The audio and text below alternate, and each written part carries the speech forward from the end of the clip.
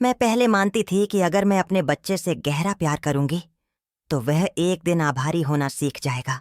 लेकिन मैंने कभी नहीं सोचा था कि जिस बेटे को मैंने अपने हाथों से पाला है वह चुपके से मेरे नाम पर एक भारी जीवन बीमा पॉलिसी लेगा और फिर एक तथाकथित लंबी पैदल यात्रा के दौरान मेरी मौत को एक दुर्भाग्यपूर्ण दुर्घटना की तरह दिखाने की योजना बनाएगा। उसे यह नहीं पता था कि असली योजना मैंने ही बनाई थी। कॉलिन, मैंने अभी तुम्हारे खाते में $330,000 भेजे हैं।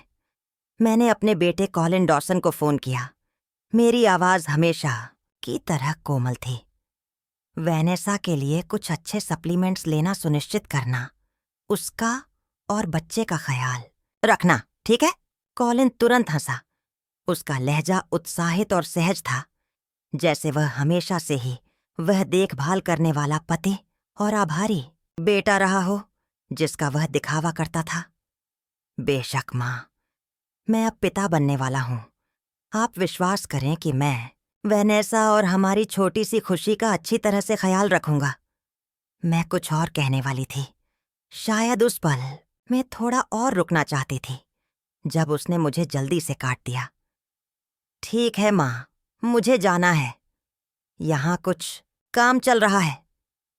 उसकी आवाज में कृतज्ञता का कोई संकेत नहीं था, एक साधारण धन्यवाद भी नहीं। मैंने निराशा की झलक को निगल लिया, एक नरम प्रतिक्रिया के लिए मजबूर किया। ठीक है, फिर तुम्हें प्यार करती हूँ बेटा। लेकिन जैसे ही मैं फोन रखने वाली थी, मैंने वह एक वाक्य सुना जो मेरे बाकी जीवन के लिए मेरे दिमाग में गूंजता रहेगा। आखिरकार बूढ़ी औरत ने पैसे भेज दे। मेरा दिल बैठ गया। यह वैनेसा की आवाज थी। मैं जम गई, अपनी सांस रोक ली। अभी भी उम्मीद की एक किरण से चिपकी हुई थी। शायद कॉलिन कुछ कहेगा, कुछ भी, मेरा बचाव करने के लिए, भले ही सिर्फ एक आधा अधूरा शब्द हो। लेकिन मैं इससे ज्यादा गलत नहीं हो सकती थी। कॉलिन ने उपहास किया। आवाज तीखी और खारिज करने वाली थी। वह बहुत ज्यादा सतर्क है। हमें उस पैसे को पाने के लिए गर्भावस्था का नाटक करना पड़ा। मेरी उंगलियां कांपने लगीं। फोन को अनजाने में कसकर पकड़ लिया। उस पल में हर गर्म याद नाजुक कांच की तरह बिखर गई। मेरे सीने में एक कड़वी ठंडक के अलावा कुछ नहीं बचा। कॉलिन हमेशा पैसे के मामले में लापरवाह रहा था।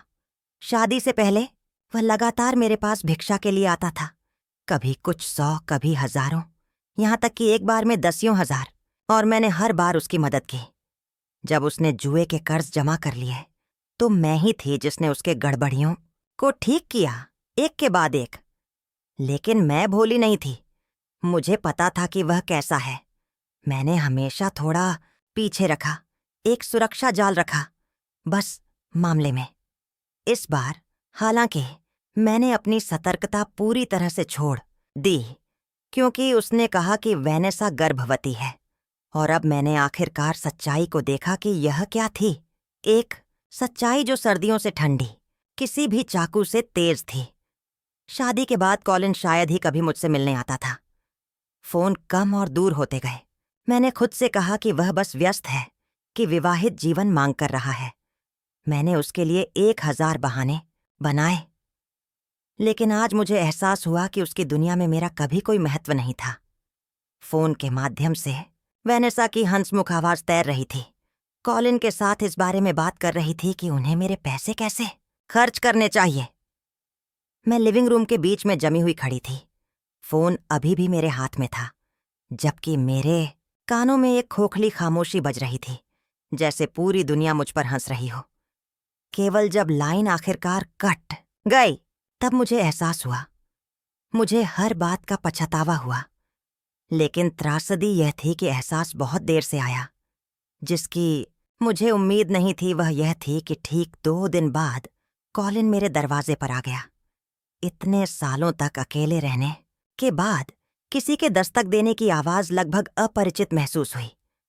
मैंने अपनी आंखें मलीं, दरवाजे तक गई और उसे खोला तो कॉलिन वहां खड़ा था, वैनेसा ठीक उसके बगल में। कॉलिन! मैंने एक गर्म मुस्कान दी, अपनी आवाज को यथासंभव स्वाभाविक रखने की कोशिश की। आज यहाँ कैसे आना हुआ? वह मुस्कुराया जैसे सब कुछ बिल्कुल सामान्य हो।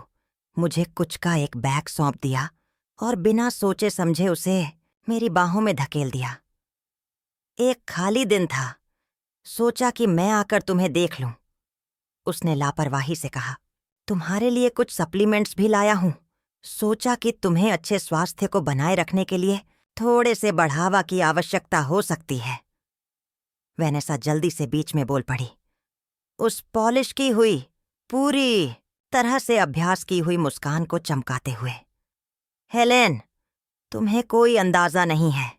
कॉलिन घर पर हर समय तुम्हारे बारे में बात करता है। वह बस काम में इतना व्यस्त रहा है कि उसे मिलने का मौका नहीं मिला। मैंने उन दोनों को देखा और मन ही मन हंसे बिना नहीं रह सकी। वे वास्तव में अभिनय के प्रति प्रतिबद्ध थे, अपनी भूमिकाओं को पूर्णता से निभा रहे थे। खैर, अगर वे प्रदर्शन करना चाहते थे तो मुझे इसमें शामिल होने में कोई समस्या नहीं थी। सिर्फ यह विचार ही मेरे लिए बहुत मायने रखता है, मैंने धीरे से कहा, कॉलिन की बांह थपथपाते हुए। अंदर आ जाओ। जैसे ही उसने लिविंग रूम में कदम रखा, कॉलिन ने मुझे बैठने का इशारा किया। माँ, बस खड़ी मत रहो, चलो थोड़ी बात करते हैं।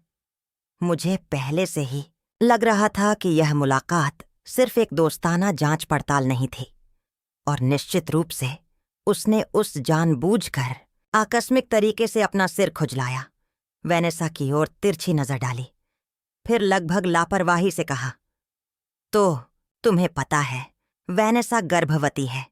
जिस अपार्टमेंट में हम हैं वह बहुत तंग है। हम सोच रहे थे कि शायद हम कुछ समय के लिए तुम्हारे साथ रह सकते हैं। मैंने तुरंत जवाब नहीं दिया। मैंने बस उन्हें देखा और फीकी मुस्कान दी।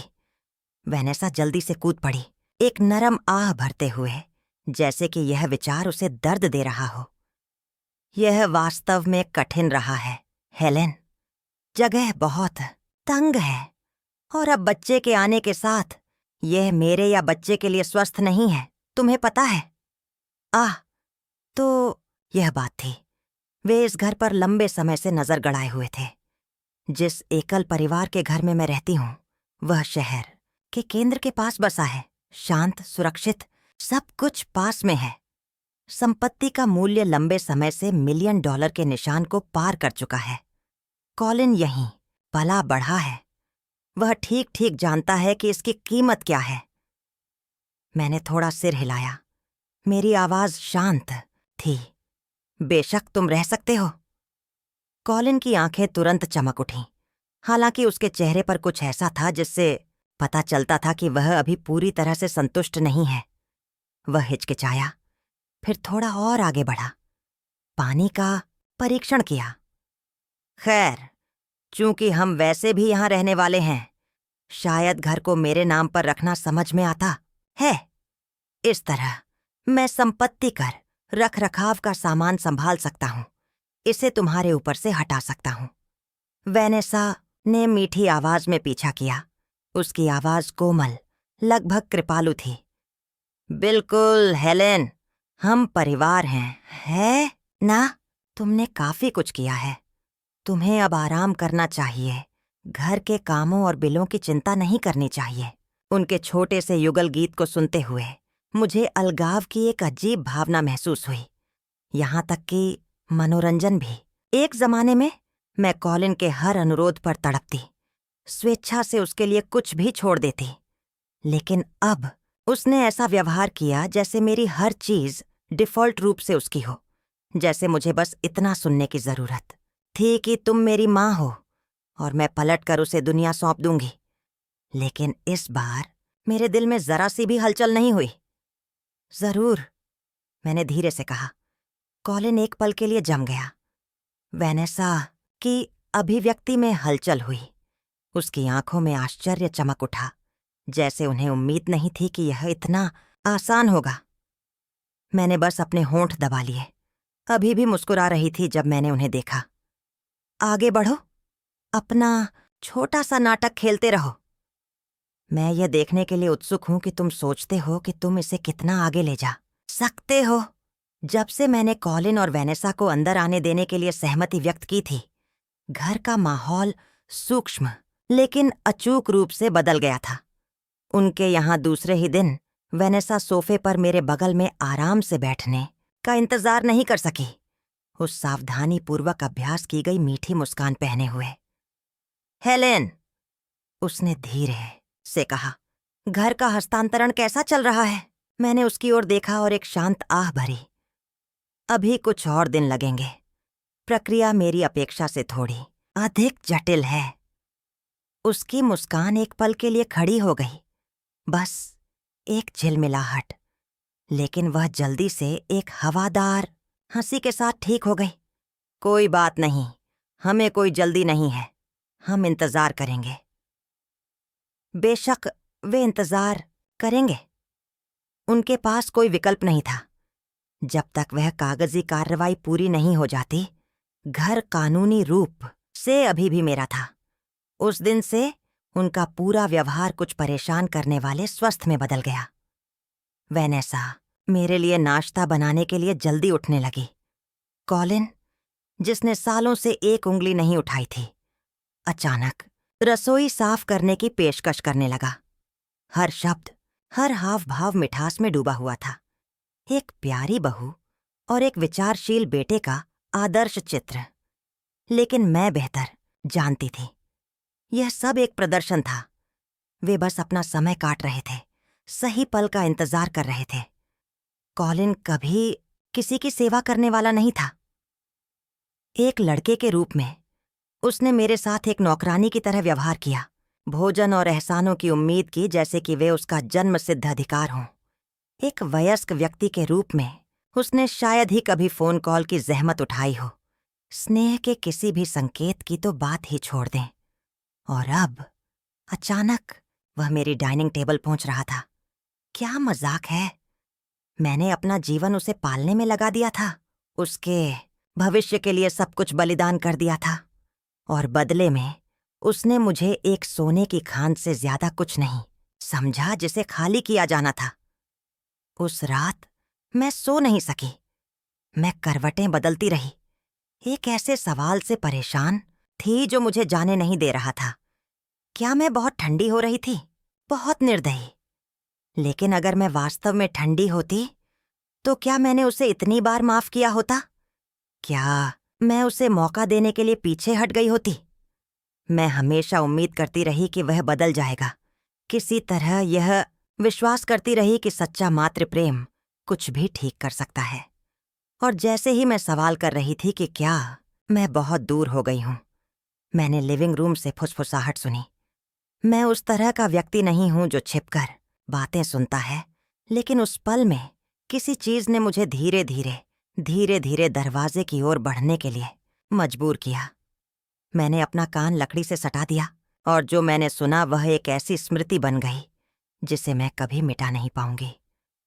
जैसे ही वह घर पर हस्ताक्षर करती है, कॉलिन ने धीमी ठंडी आवाज में कहा, हम उसे बाहर निकाल देंगे। मैं जम गई। वेनेसा खिलखिलाई, अपनी उत्तेजना को मुश्किल से रोक पाई। बिल्कुल, और तब तक उसकी सारी विरासत वैसे भी हमारी होनी चाहिए। माँ, कॉलिन ने उपहास किया, वह मेरे लिए कुछ भी मायने नहीं रखती। वह सिर्फ मरा हुआ बोझ है।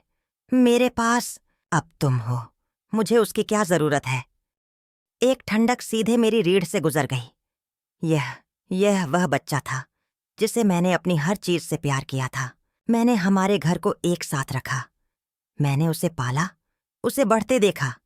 मैंने उसे हर गड़बड़ी, हर कर्ज से बाहर निकाला। और अब उसकी नजरों में मैं एक बोझ से ज्यादा कुछ नहीं थी। मैं कहाँ गलत हो गई? मैंने ऐसा क्या किया कि इतना अकृतज्ञ, हृदयहीन आदमी पैदा किया? शायद मैंने उसे बहुत ज्यादा प्यार किया। शायद मैंने बहुत उदारता से दिया, यह विश्वास करते हुए कि प्यार निस्वार्थ बलिदान के बारे में है। और शायद उस बलिदान ने उसे सिखाया कि वह हर चीज का हकदार है। मेरा मन एक ऐसी स्मृति की ओर बह गया जहां मैं सालों से नहीं गई थी। कॉलिन अभी भी कॉलेज में था। पहली बार जब वह जुए में उलझा था, उसने दसियों हजार का कर्ज जमा कर लिया था, इससे पहले कि मुझे पता चले कि क्या हो रहा है। जब कर्जदार दरवाजे पर दस्तक देने आए तो मुझे एहसास हुआ कि वह कितना गहरा डूब चुका है। वह मेरे पैरों पर घुटने टेक कर रो रहा था, मुझसे उसे बचाने की भीख मांग रहा था, कसम खा रहा था कि वह फिर कभी जुआ नहीं खेलेगा। और मैंने उस पर बहुत आसानी से विश्वास कर लिया। मैंने उसे उसके बैंक खातों से काट दिया, उसे घर में बंद कर दिया। उम्मीद है कि वह आखिरकार उस नुकसान को देखेगा जो वह कर रहा है, लेकिन इसके बजाय वह उग्र हो गया। उसने चीजें तोड़ी, दरवाजे लात मारी, धमकियां चिल्लाईं। अगर तुम यह जारी रखोगी तो मैं खुद को मार डालूंगा, वह चिल्लाया। फिर भी मैं खुद को उस पर हार मानने के लिए नहीं ला सकी। मैं इतनी बुरी तरह से विश्वास करना चाहती थी कि उम्मीद है, जब तक एक दिन मैं उसके लिए गर्म सूप का कटोरा नहीं ले आई। उसने उसे छीन लिया और मेरे चेहरे पर फेंक दिया। खौलते तरल ने मेरी बांह को लाल और कच्चा जला दिया। वह मेरे ऊपर खड़ा था, गुस्से से उबल रहा था। तुम मुझे कब तक प्रताड़ित करने की योजना बना रही हो? मुझे याद है कि मैं वहां घुटने टेक कर बैठी थी, चुपचाप टूटे हुए कटोरे और बिखरे हुए सूप को साफ कर रही थी, जबकि मेरी त्वचा पर छाले पड़ रहे थे। कुछ नहीं कह रही थी। क्या उसे बाहर निकालना, उसे एक और मौका देना गलत था? या मेरी असली गलती यह विश्वास करना था कि इतना भावनात्मक रूप से खोखला कोई व्यक्ति कभी प्यार करना सीख सकता है? अब सतह पर उसका जीवन पहले से कहीं अधिक व्यवस्थित लग रहा था, लेकिन वह केवल ठंडा, अधिक गणनात्मक, अधिक लालची हो गया था। उसकी नजरों में मेरा अब कोई मूल्य नहीं था। उस रात मैं आखिरकार रोते रोते सो गई। मुझे क्या पता नहीं था कि कुछ और भी शातिर बस कोने के आसपास इंतजार कर रहा था। सुबह की धूप अंधों से छनकर आ रही थी, कमरे में नरम धारियां डाल रही थी।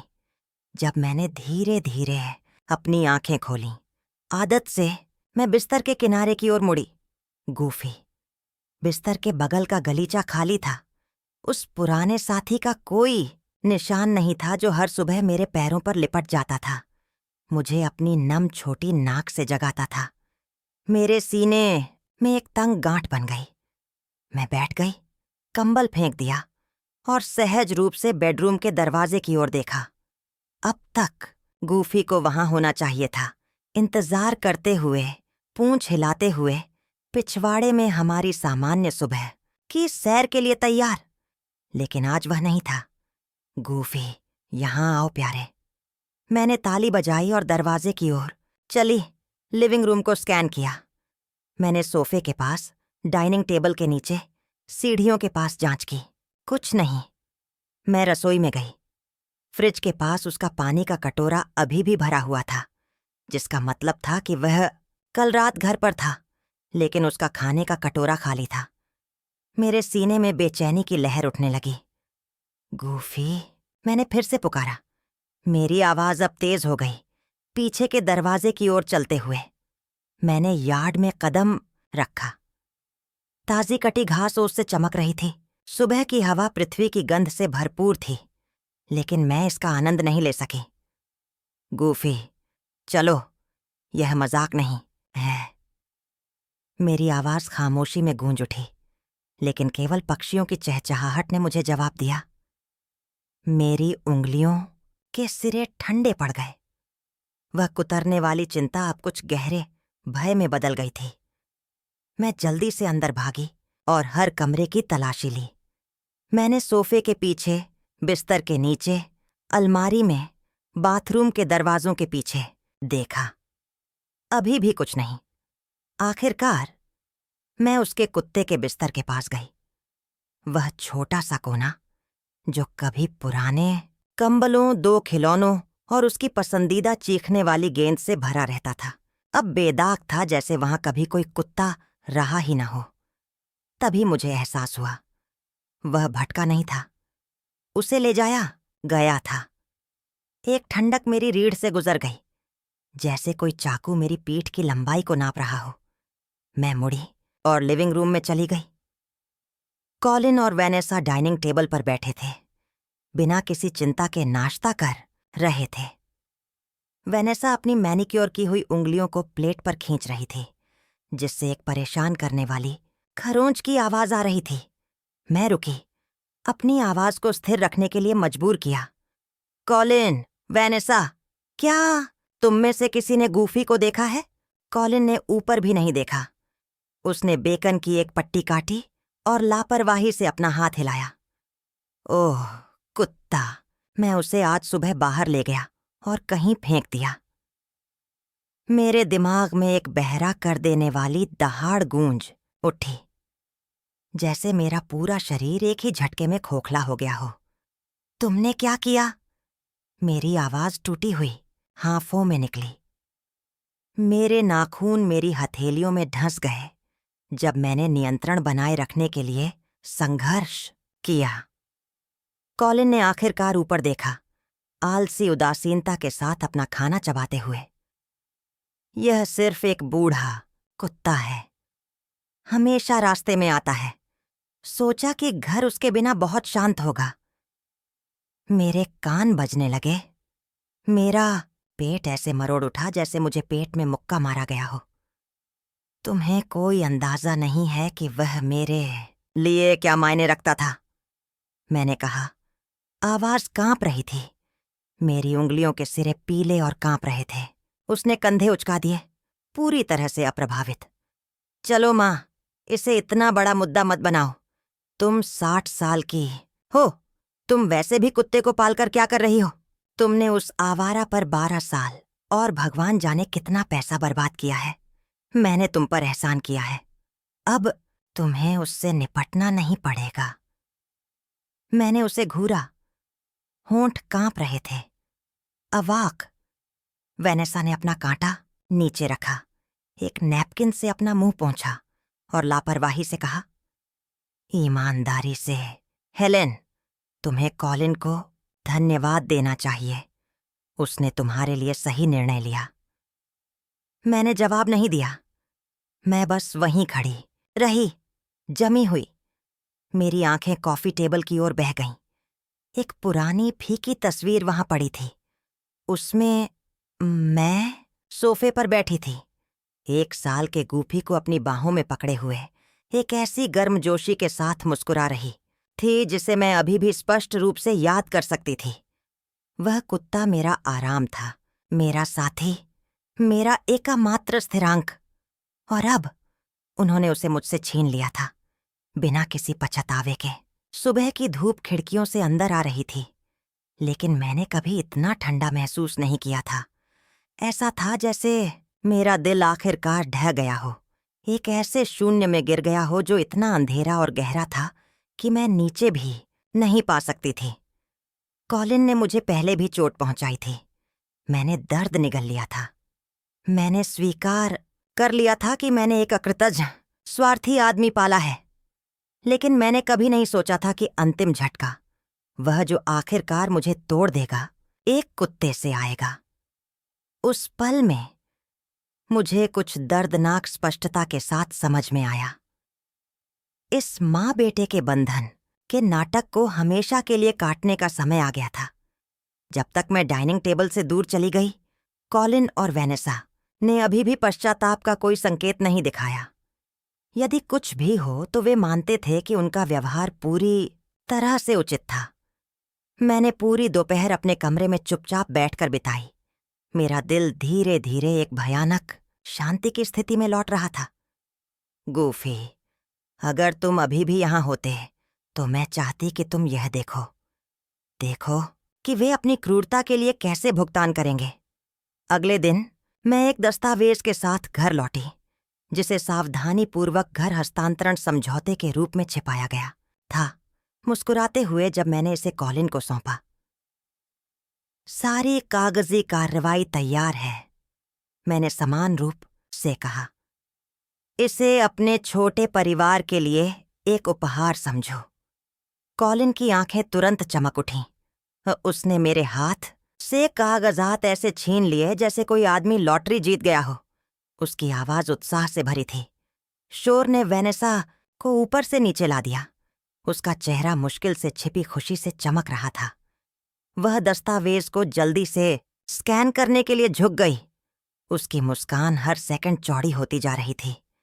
मैंने अपना कोट पहना और सीधे बीमा कार्यालय चली गई।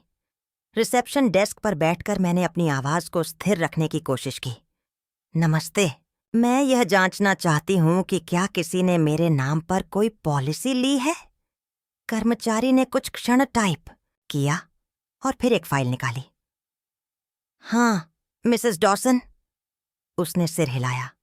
वास्तव में आपके नाम पर एक उच्च मूल्य की जीवन बीमा पॉलिसी पंजीकृत है। प्रीमियम श्रेणी, वास्तव में हमारी सबसे महंगी योजनाओं में से एक। मैंने कांपते हाथों से दस्तावेज लिया। मेरे हाथ बर्फ की तरह ठंडे लग रहे थे। मुझे और सबूत की जरूरत नहीं थी। मुझे ठीक ठीक पता था कि कॉलिन और वेनेसा क्या योजना बना रहे थे। उनके लिए मैं परिवार नहीं थी, मैं एक भुगतान थी जिसे इकट्ठा किया जाना बाकी था। जब मैं घर लौटी, वे सोफे पर आराम फरमा रहे थे। मेरा इंतजार कर रहे थे जैसे कुछ हुआ ही न हो। कॉलिन आश्चर्यजनक रूप से मुझे अभिवादन करने के लिए खड़ा हुआ। उसने उस परिचित नकली गर्मजोशी के साथ मेरे बैग तक भी पहुंच गया। हे माँ, तुम आज इधर उधर भागने से थक गई होगी। जब भी उसे कुछ चाहिए होता था, वह हमेशा कर्तव्यनिष्ठ बेटे का अभिनय करता था। जब मैं बैठी तो मैंने अपने चेहरे के भाव को अपठनीय रखा। यह सब क्या है? कॉलिन ने अपना सिर खुजलाया और आकस्मिक दिखने की कोशिश की। हम सोच रहे थे कि शायद हम तुम्हें कल नेशनल फॉरेस्ट ले जा सकते हैं। कुछ ट्रेल्स पर चलें, ताज़ी हवा लें, परिवेश बदलें। वेनेसा तुरंत बीच में आ गई। मेरी पीठ पर एक कोमल हाथ रखा। उसकी आवाज पछतावे से भरी थी। मैं हाल ही में इतनी चिड़चिड़ी रही हूं, बिना किसी कारण के तुम पर चिल्ला रही थी। मुझे वास्तव में खेद है, हेलेन। मैंने सोचा कि फिर से शुरुआत करना अच्छा होगा, कुछ शांतिपूर्ण समय एक साथ बिताना। मैं इस प्रदर्शन पर जोर से हंसने वाली थी। अगर मैंने पहले ही उनकी योजना का पता नहीं लगा लिया होता तो शायद मैं वास्तव में स्नेह के इस छोटे से नाटक पर विश्वास कर लेती। लेकिन मैंने मुस्कुराकर सिर हिलाया। जरूर, अच्छा लगता है, मैं चलूंगी। दोनों एक पल के लिए स्तब्ध दिखे, यह देखकर कि मैंने कितनी आसानी से सहमति दे दी। वेनेसा सबसे पहले संभली, जल्दी से मुस्कुराई और मुझे मेरे बेडरूम की ओर ले गई। बढ़िया, तब तुम्हें जाकर पैक करना शुरू कर देना चाहिए। हम जल्दी निकल रहे हैं। मैंने जवाब नहीं दिया। मैं बस अपने कमरे में गई और अपने पीछे दरवाजा बंद कर लिया। मैं बिस्तर के किनारे पर बैठी, खाली बैकपैक को घूरती रही। मेरे हाथ धीरे धीरे मुट्ठियों में बदल गए। मैं पहले से ही जानती थी कि वे क्या करने वाले थे, लेकिन वे जो नहीं जानते थे, मैंने उनसे बहुत पहले योजना बनाना शुरू कर दिया था। सिर्फ वे ही नहीं थे जो कल का इंतजार कर रहे थे, मैं भी थी। बस अंत वैसा नहीं होगा जैसा वे सोच रहे थे। नाश्ते के बाद हम निकल पड़े। मैं कॉलिन की कार की यात्री सीट पर चुपचाप बैठी थी, देख रही थी कि जैसे जैसे हम शहर से दूर जा रहे थे, परिदृश्य कैसे बंजर होता जा रहा था। जितना दूर हम गए, मेरा दिल उतना ही शांत होता गया, एक ऐसे तरीके से शांत जो लगभग अशुभ लग रहा था। उन्होंने शहर के बाहरी इलाके में एक दूर दराज के राज्य पार्क को चुना था। मैंने इसके बारे में पहले सुना था। हर साल ऐसी रिपोर्ट्स आती थीं कि पैदल यात्री रहस्यमय परिस्थितियों में गायब हो जाते थे या चट्टानों से दुर्घटनावश गिर जाते थे। खतरनाक इलाका, बिना निगरानी वाले मार्ग। इस जगह ने स्थानीय लोगों के बीच एक प्रतिष्ठा अर्जित कर ली थी। अच्छी नहीं। कॉलिन ठीक ठीक जानता था कि यह किस तरह की जगह थी, इसीलिए उसने इसे चुना था, और मैं भी जानती थी। हम पहुंच गए, उसने पहाड़ के तल के पास रुकते हुए कहा। जब मैं बाहर निकली, दिन के उजाले के बावजूद एक तेज सिहरन मेरी रीढ़ से ऊपर चढ़ गई। वेनेसा ने तुरंत अपनी बांह मेरी बांह में डाल ली। उसकी आवाज अत्यधिक खुशनुमा थी। हेलेन, तुम क्या घूर रही हो? चलो, माहौल खराब मत करो। मैंने जवाब में एक गर्म मुस्कान दी। बेशक, हम आज यहाँ आराम करने आए हैं, है ना? हम खड़ी पगडंडी पर चढ़ना शुरू कर दिए, ऊंचे और ऊंचे घूमते हुए, जब तक सूरज ने आकाश को एक चमकदार क्रिम्सन रंग में नहीं बदल दिया। जब हम आखिरकार एक सुंदर दृश्य बिंदु के पास रुके तो हम छोटी से बस कुछ कदम दूर थे। कॉलिन ने एक बड़ी चट्टान की ओर इशारा किया। माँ, बैठो, थोड़ा आराम करो। उसने अपने बैकपैक में हाथ डाला और एक पेय निकाला, मुझे दिया। यह एक इलेक्ट्रोलाइट ड्रिंक है। मैंने सोचा कि यह तुम्हें फिर से ऊर्जा देने में मदद कर सकता है। मैंने कृतज्ञ सिर हिलाकर बोतल ली और इसे अपने होंठों तक उठाया, बस इतना कि यह ऐसा लगे जैसे मैं पी रही हूं। मैंने एक बूंद भी नहीं निगली। जब मैंने बोतल नीचे रखी तो मैंने कॉलिन और वेनेसा के बीच आदान प्रदान की गई एक क्षणिक नजर पकड़ी। उनके मुंह के कोनों पर वह आत्मसंतुष्ट मुड़ाव ने पुष्टि की जो मैं पहले से ही जानती थी। बिल्कुल सही। मैंने अपने बैग से 2 एनर्जी बार निकाले और उन्हें आगे बढ़ाया। तुम दोनों को भी कुछ खाना चाहिए। यह एक लंबी चढ़ाई थी। उन्होंने उत्साह से बार ले लिए, बिना दूसरा विचार किए रैपर फाड़ दिए। वास्तव में इतने उत्साही थे कि उन्होंने उन हल्के फाड़ के निशानों को भी नहीं देखा जिन्हें मैंने सावधानीपूर्वक पैकेजिंग पर छिपाया था। मैं चट्टान पर शांति से बैठी थी, आराम करने का नाटक कर रही थी। फिर मैंने अपने शरीर को ढीला छोड़ दिया और जमीन पर गिर गई। बिल्कुल योजना के अनुसार मैंने वेनेसा की प्रसन्न हंसी सुनी। उसने वास्तव में इसे पी लिया। यह बहुत आसान था।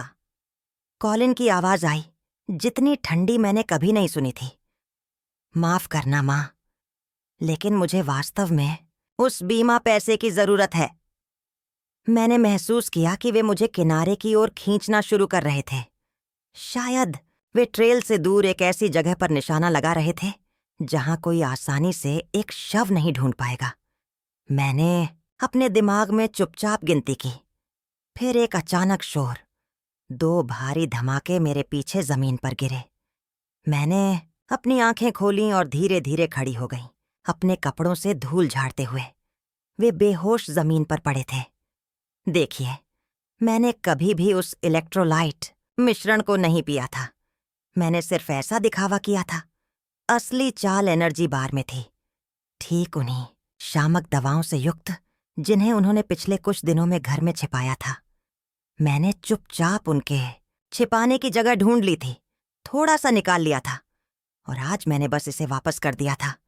मुझे फंसाने की कोशिश कर रहे हो? तुम बहुत भोले हो। मैंने उन्हें एक अंतिम नजर डाली, ठंडी और काटने वाली। फिर मैंने अपना बैकपैक अपने कंधे पर लटकाया और पहाड़ से नीचे उतरना शुरू कर दिया। जैसे ही रात होगी, तापमान तेजी से गिरेगा। जंगली जानवर अक्सर इन रास्तों पर घूमते हैं।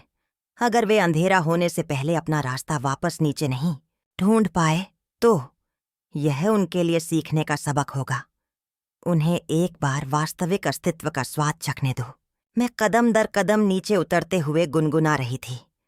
जैसे ही मैं ट्रेल के शुरुआत के पास पहुंची, मैंने अचानक पास में कमजोर चीखें सुनी।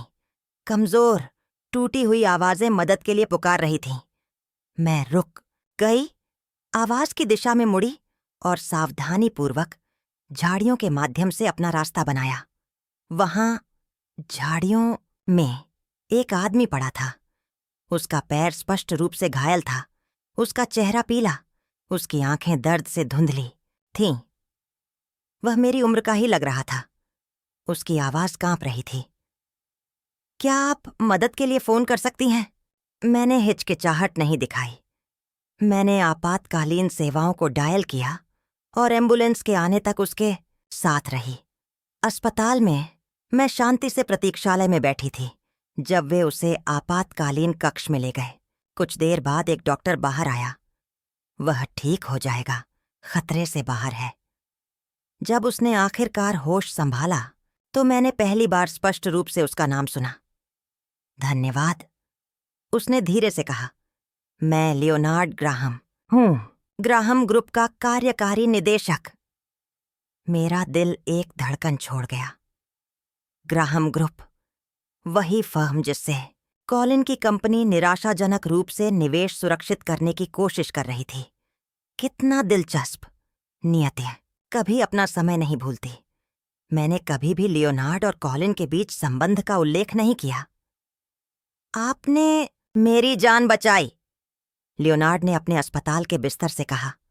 अभी भी कमजोर, लेकिन वह मेरा हाथ आश्चर्यजनक ताकत के साथ पकड़े हुए था। अगर आपको कभी कुछ चाहिए, कुछ भी, बस पूछें। जो कुछ भी मैं कर सकता हूं, मैं करूंगा। मैंने धीरे से मुस्कुराया और उसके हाथ के पीछे थपथपाया। मैं वहां संयोग से थी। सही काम करने के लिए हमेशा इनाम की जरूरत नहीं होती। उसने इतनी ईमानदारी से बात की, लेकिन मैंने इस अप्रत्याशित मुलाकात को अपने लिए रखना पसंद किया। नियति का एक शांत मोड़, जिसे मैं निजी तौर पर संजोना पसंद करती थी। जब मैं जाने के लिए उठी तो मैंने देखा कि उसके कमरे के बाहर का हॉलवे पहले से ही भीड़ से भरा था। कार्यकारी, सहायक, दोस्त सभी उसे देखने के लिए भाग रहे थे। यहां तक कि उस अस्पताल के बिस्तर पर भी लियोनार्ड एक ऐसे आदमी का शांत अधिकार रखता था जो कमरे का नेतृत्व करने का आदी था। वह सिर्फ एक और मरीज नहीं था, वह कोई महत्वपूर्ण व्यक्ति था। और लंबे समय में पहली बार मैंने महसूस किया कि मेरे सीने में कुछ ढीला हो गया। एक वजन उठ गया। मुझे नहीं पता था कि क्या कॉलिन और वेनेसा पहाड़ से सुरक्षित लौटे थे, लेकिन अजीब बात यह है कि मुझे इसका पता लगाने की कोई जल्दी नहीं थी। कॉलिन ने शायद कभी कल्पना भी नहीं की थी, एक सेकंड के लिए भी नहीं, कि उसकी कमजोर बूढ़ी माँ वास्तव में एक स्थानीय पर्वतारोहण क्लब की लंबे समय से सदस्य थी। वन प्राथमिक चिकित्सा में प्रशिक्षित और अपनी उम्र के आधे लोगों से भी बेहतर शारीरिक स्थिति में थी। उस रात मैं बच्चे की तरह सोई। जब मैं अगली सुबह उठी तो सूरज की रोशनी मेरे तकिए पर धीरे धीरे बिखर रही थी। घड़ी में 10 बजे थे। मैंने फोन उठाया और कांपती, सांस फूलती तात्कालिकता के साथ डायल किया। हेलो, कृपया आपको मेरी मदद करनी होगी। मेरा बेटा और बहू कल सेबल रिज पर हाइकिंग के लिए गए थे। वे वापस नहीं आए हैं। मैं बहुत चिंतित हूँ। कृपया उन्हें ढूंढें। ऑपरेटर की आवाज तुरंत गंभीर हो गई। शांत रहें मैडम, हम तुरंत एक खोज दल भेज रहे हैं। 5 घंटे बाद मुझे फोन आया। हमने उन्हें पा लिया है।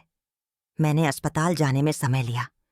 जब मैंने उनके कमरे का दरवाजा खोला तो मैंने कॉलिन और वेनेसा को अपने बिस्तरों पर लेटे हुए पाया, पीले और थके हुए, जैसे भीगे हुए आवारा बिल्लियों का एक जोड़ा। कॉलिन ने कमजोरी से अपना सिर घुमाया। माँ, तुम कहाँ चली गई थीं?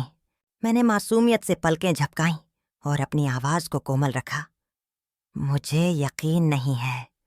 मुझे बस याद है कि मैं एक अस्पताल के कमरे में जागी। मैंने अपनी पैंट की टांग को ऊपर उठाया, एक साफ सुथरी टखने की पट्टी दिखाने के लिए। डॉक्टर ने कहा कि यह सिर्फ एक हल्का मोच था। वेनेसा हाँफी। उसकी सांस अभी भी रुक रुक कर चल रही थी। हम अचानक बेहोश हो गए। यह कोई मतलब नहीं रखता। क्या तुमने? मैंने जल्दी से अपना हाथ हिलाया और दर्द भरे आश्चर्य के साथ उसे बीच में ही काट दिया।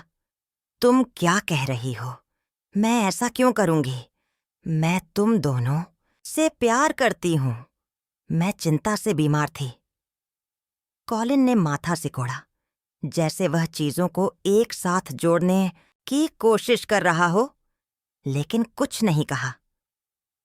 भूल जाओ, उसने आखिरकार बुदबुदाया और हार मानकर तकिए पर गिर गया। उनके अस्पताल में रहने के दौरान वेनेसा ने अपने सामान्य स्वयं पर वापस आने में कोई समय नहीं लगाया। मुझे आज बोस्टन लॉबस्टर खाने की इच्छा है। कल मैं अबालोन सूप चाहती हूँ। मुझे अपने शरीर को पोषण देने की जरूरत है। एक बार मैं उसे धीरे से याद दिलाती कि हल्का खाना खाओ, लेकिन अब नहीं। मैंने बस मुस्कुराया, सिर हिलाया और रसोई में चली गई। मैंने सब कुछ ठीक वैसे ही तैयार किया जैसा उसे पसंद था, और हर दिन एक समृद्ध चिकन सूप जोड़ा, एक भी सर्विंग नहीं छोड़ी। उसने संतुष्टि के साथ इसे पिया और मैंने चुपचाप देखा, संतुष्ट। उनके डिस्चार्ज के दिन मैं जानती थी कि इस नाटक ने अपना अंतिम अंक पहुंच लिया था। कॉलिन उम्मीद से चमकता हुआ अपनी कंपनी में लौटा, केवल प्रवेश द्वार पर सुरक्षा द्वारा रोके जाने के लिए। मैं यहां काम करता हूं, मैं अंदर क्यों नहीं जा सकता? उसने मांग की। गार्ड हिला नहीं। सिस्टम सही है, आपको हटा दिया गया है। कॉलिन जम गया। उसने हड़बड़ाहट में कंपनी के अधिकारियों को संदेश भेजे, केवल एक संक्षिप्त जवाब पाने के लिए।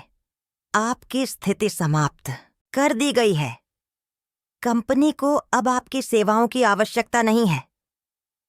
यह उसे छाती में ईंट की तरह लगा। वह सुन्न होकर घर आया और सोफे पर ढह गया। उसकी आंखें खाली थीं। मैंने आकस्मिक रूप से उधर देखा। कठिन दिन, तुम परेशान लगते हो। उसके होंठ तंग हो गए, उसकी मुट्ठियां बंद हो गईं। फिर वह फूट पड़ा। अब और रोक नहीं पाया। क्या मैं वास्तव में इतना बेकार हूं? वे मुझे क्यों निकाल रहे हैं? मैं उसके पास गई और धीरे से उसके सिर को थपथपाया। इतना निराश मत हो, मेरे पास पैसा है। मैं तुम दोनों का ख्याल रखूंगी। तुम्हें अब काम के बारे में तनाव नहीं लेना चाहिए। वास्तव में मैं तुम दोनों को छुट्टी पर क्यों नहीं भेजती? थोड़ा अपने दिमाग को साफ करो। क्या कहते हो? उसने ऊपर देखा, प्रस्ताव से चौंका। उसकी आंखों में हिचकिचाहट की एक झलक, लेकिन फिर उसने सिर हिलाया। हाँ, शायद यह बुरा नहीं होगा। बेशक, उसने हाँ कहा। मैं उसे बहुत अच्छी तरह जानती थी। उसने कभी भी किसी ऐसी चीज से इनकार नहीं किया जो आसान फायदे की तरह लगती थी। वेनेसा उत्साह से बीच में आ गई। एक छुट्टी बिल्कुल सही लगती है। हम एक ब्रेक के हकदार हैं। और इस तरह मैंने उन्हें थाईलैंड की 7 दिवसीय यात्रा बुक कर दी। उन्हें कोई अंदाजा नहीं था कि यह उन्हें मेरा अंतिम उपहार था। शांत, सोची समझी दयालुता का अंतिम कार्य। जहां तक मेरी बात है, मैं पहले से ही एक नए अध्याय पर पन्ना पलट रही थी। लियोनार्ड का बिजनेस कार्ड चुपचाप मेरी दराज में पड़ा था और इंतजार कर रहा था। उसने अस्पताल के कुछ दिन बाद फोन किया था और मुझे फिर से देखने के लिए कहा था। मैं अभी भी तुम्हें एक डिनर का कर्जदार हूं, उसने गर्मजोशी से कहा था। सिर्फ धन्यवाद कहने के लिए नहीं, मैं वास्तव में तुम्हें फिर से देखना चाहता हूं। मैंने उस कार्ड पर उभरे अक्षरों पर अपनी उंगलियां फेरीं और अपने दिल में एक नरमी महसूस की जो मैंने वर्षों से महसूस नहीं की थी। शायद, बस शायद, मेरा वास्तविक जीवन अभी शुरू हुआ था। थाईलैंड में उतरने के बाद कॉलिन ने जो पहली चीज की, वह थी मुझे संदेश भेजना और यात्रा के पैसे मांगना। मैंने बिना हिचकिचाहट के धन हस्तांतरित किया, यहां तक कि एक मुस्कान के साथ जोड़ा। अगर यह पर्याप्त नहीं है तो बस मुझे बताना। उस एक वाक्य ने उनके खर्च को पूरी तरह से अनियंत्रित कर दिया। कुछ हजार से दसियों हजार तक, अच्छे रेस्तरां से लग्जरी बुटीक तक, वे बिना किसी संयम के मौज मस्ती करते रहे और हर बार मैंने उदारता से पैसे भेजे। इस बीच घर पर मैंने उन्हें धीरे धीरे साफ करना शुरू कर दिया। मैंने एक मूविंग कंपनी को काम पर रखा, उनकी हर आखिरी चीज को पैक किया, कपड़े, कबाड़, हर चीज जिस पर उनकी गंध थी, और सब कुछ सामुदायिक दान केंद्र को भेज दिया। जो कुछ भी थोड़ा बहुत मूल्यवान था, मैंने दान कर दिया। मैंने कुछ भी नहीं छोड़ा। फिर मैंने ताले बदल दिए। जब वे अपनी तथाकथित लग्जरी छुट्टी से लौटे तो मेरी सफाई पहले ही पूरी हो चुकी थी। हर कदम बेदाग रूप से निष्पादित किया गया था। जैसे ही वे विमान से उतरे, मैंने उन्हें अंतिम झटका भेजा। उनकी यात्रा के दौरान खर्च की गई हर चीज का एक विस्तृत बिल, हर आइटम, हर डॉलर स्पष्ट रूप से चिह्नित। देनदार कॉलिन डॉसन, क्योंकि इनमें से कोई भी धन मेरे व्यक्तिगत खातों से नहीं आया था। मैंने बस सब कुछ कॉलिन की अपनी क्रेडिट लाइन के माध्यम से अग्रिम किया था, सीमा से ऊपर, ठीक वैसे ही जैसे वह जीवन में हर चीज के साथ करना पसंद करता था। मैंने बस उसके निर्देशों का पालन किया था और उसके नाम को भुगतान करने दिया था।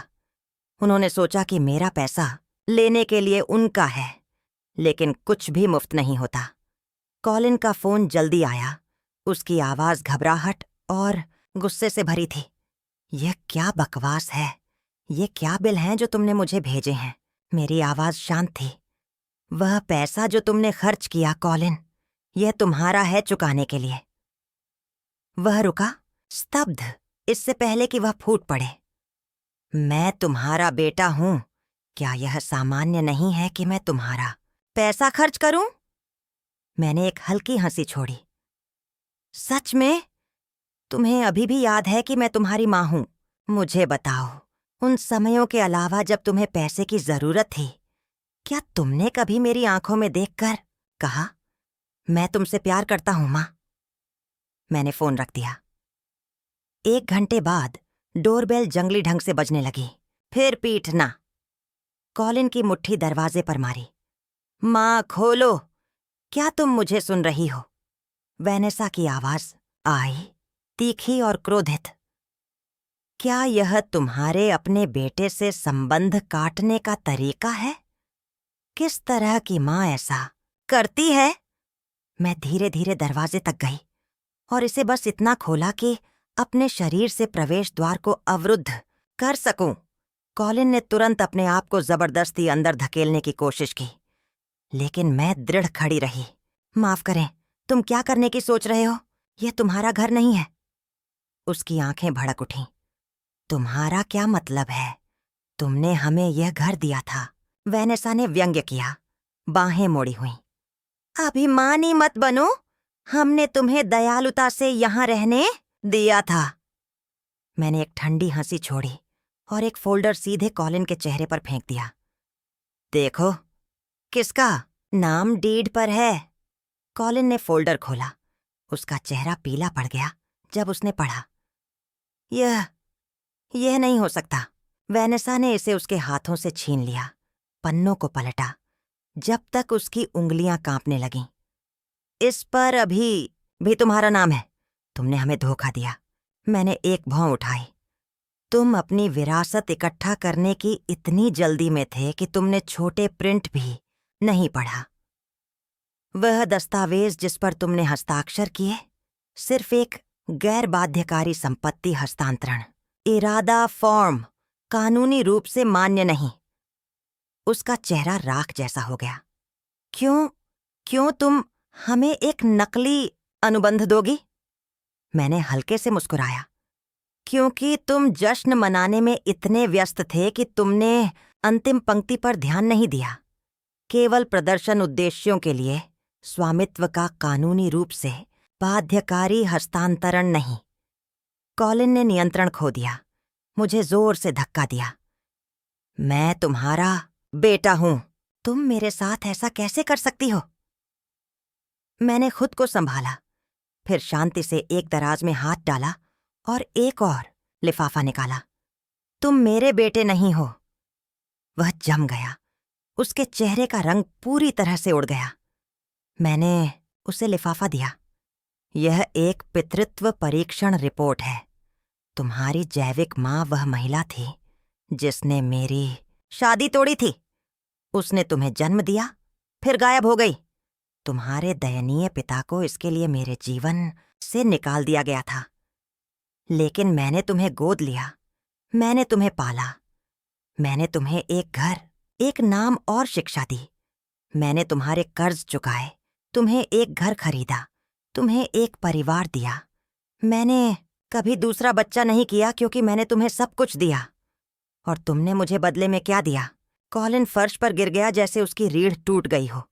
अपने आप में बुदबुदा रहा था, नहीं नहीं, तुम झूठ बोल रही हो, यह सच नहीं हो सकता। मैं नीचे झुकी, उसकी आंखों में देखा और धीरे से कहा, मैंने तुम्हारे लिए पहले ही काफी कुछ कर दिया है। अब जो तुम्हारा बकाया है उसे चुकाओ और मेरे घर से निकल जाओ। फिर मैं वेनेसा की ओर मुड़ी। ओह, और पहाड़ पर उस छोटे से पेय के बारे में, मैंने उसे कभी नहीं छुआ। तुम दोनों ही थे जिन्होंने अपनी दवा ली थी। मैंने बस इसे उसके सही मालिकों को लौटा दिया था। इसके साथ ही मैंने अपने पीछे दरवाजा जोर से बंद कर दिया। बाहर कॉलिन की सिसकियां खामोशी को तोड़ गईं, गहरी, टूटी हुई, किसी ऐसे व्यक्ति की आवाज जो आखिरकार जाग गया था, लेकिन बहुत देर हो चुकी थी। और मैं आखिरकार अपने जीवन की दहलीज पर खड़ी थी और पीछे मुड़कर नहीं देखा। जीवन भर मुझे विश्वास था कि मैं एक अच्छी मां रही हूं। जब वह रास्ता भटक गया तो मैं ही थी जिसने उसे बार बार कीचड़ से बाहर निकाला। जब वह गिर गया तो मैं ही थी जिसने उसे उठाया। मैंने सोचा कि प्यार का मतलब बलिदान है, कि एक मां को अपने बच्चे के लिए सब कुछ देना चाहिए। लेकिन मैंने कभी नहीं सोचा था कि मेरा अथक प्रेम और बलिदान उसे एक ऐसे राक्षस में बदल देगा जो कृतज्ञता नहीं जानता था। शायद मेरी सबसे बड़ी गलती यह विश्वास करना था कि रक्त पानी से गाढ़ा होता है। मैंने एक ऐसे बच्चे पर अपना सारा प्यार लुटा दिया जो मेरा अपना नहीं था, यह उम्मीद करते हुए कि मेरा स्नेह उसे बदल सकता है। लेकिन अंत में मैंने सीखा कि कुछ लोग बदलने में असमर्थ होते हैं। अब मैं आखिरकार आजाद हूं, आजाद उस बोझ से जो मैंने इतने सालों तक ढोया, आजाद उस अतीत से जिसने मुझे जकड़ रखा था, और आजाद उस भविष्य को गले लगाने के लिए जो वास्तव में मेरा है।